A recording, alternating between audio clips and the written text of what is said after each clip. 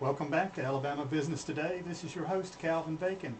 And today we have Terry Edeker and Jim Gates, and we're talking about branding and how to establish it and really get value out of your brand. We're joined by Jeff Roberts, and let's go ahead and get into what an example is, say, in this hour or in this segment. Jeff, did you have a question about an example? Yeah, I mean, I just feel like we've been talking a lot of high-level kind of branding, but I'd love to get down to the nitty-gritty, just, what you guys do. Let's kind of walk through the process. Let's take a small business and let's, build it from there, kind of walk through the process. What business are we going to pick? Well, I mean, we could take one business that just signed up with us. They are a small business. They have two small hamburger restaurants. Okay. And they have a established clientele, and we're the only game in town in a very small market.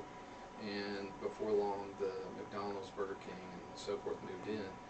So we're in the process of doing a variety of different things and again, we start with the research and meet with their own employees, ask who they are, meet with the owners, meet with the founder who's no longer intricately involved.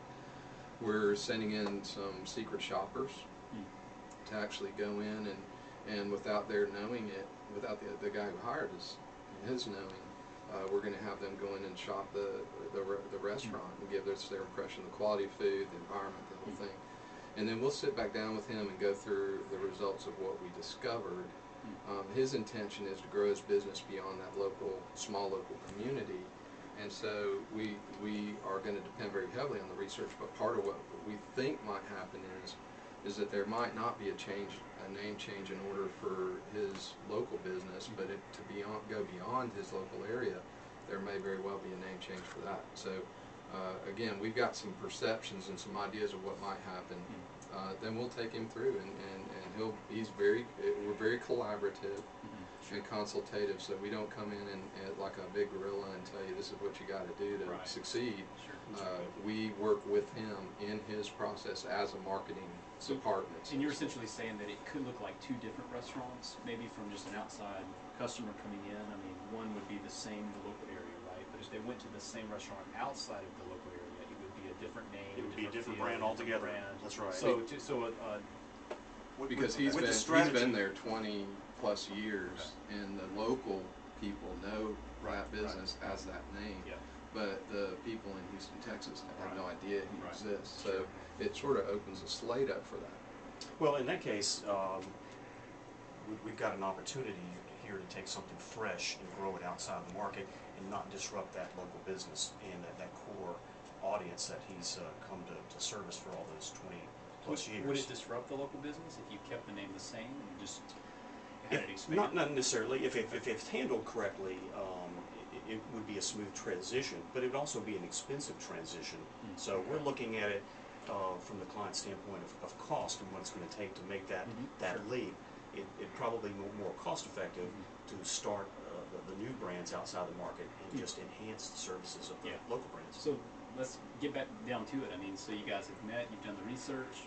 What's the next step in the process? The fun stuff. Innovation. The good stuff. Innovation. The creativity. The creativity side. We've and our process is oftentimes a very three-dimensional model.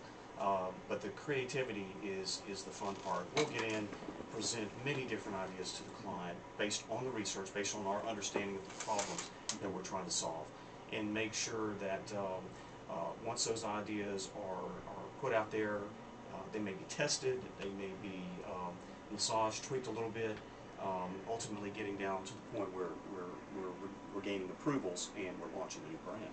And I've found so many times, Jeff, that a small business owner is so entrenched in their business, they often don't work on their business. Right. Because they're cooking, they're hanging, they're making it happen because business. they have to. And so a lot of the benefit of what we do in our process is sort of take them by the hand, so to speak, and pull them away from it for a little while.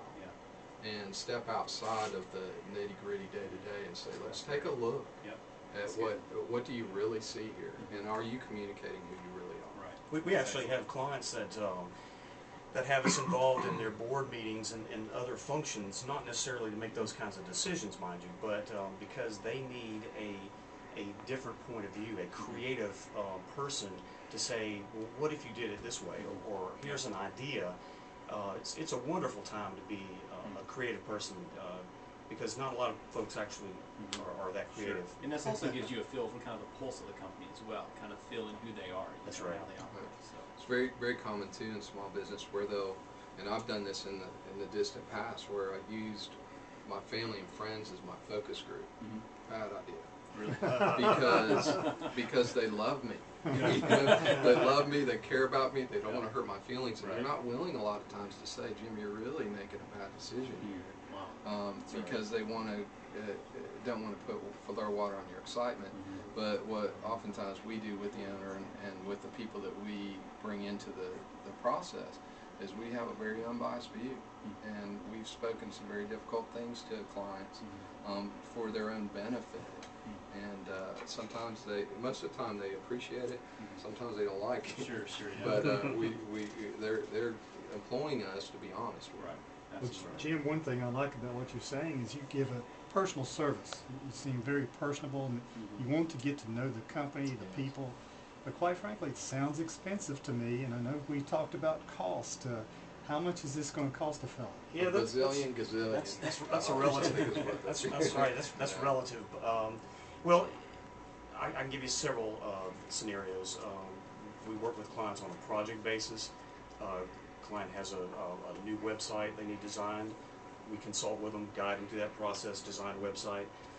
We have clients that need a full brand development from the ground up, new name, new vision, new strategy. Sometimes it's product, packaging, and what have you. So it varies, and it's usually based on those specific client needs. We have hourly rates and what have you, but we typically charge based on those client parameters. Sounds like you're scouting the question, Calvin. Well, what do you think? Are these well, guys it's trying like, to... it'd be like saying, I want to know we have 3 strikes out, 3 strikes in the out rule. That was strike 2. all right. We have done websites for as little as $3,000 up to tens of thousands of dollars. It'd be like asking me how much is a car, Calvin. How much is a vehicle? You know, you can go through a variety of ranges, but we're very adamant about making sure our customer knows where their money's going and how it's being spent, and they're happy when they're done. You're listening to Alabama Business Today with Calvin Bacon, and we'll be right back.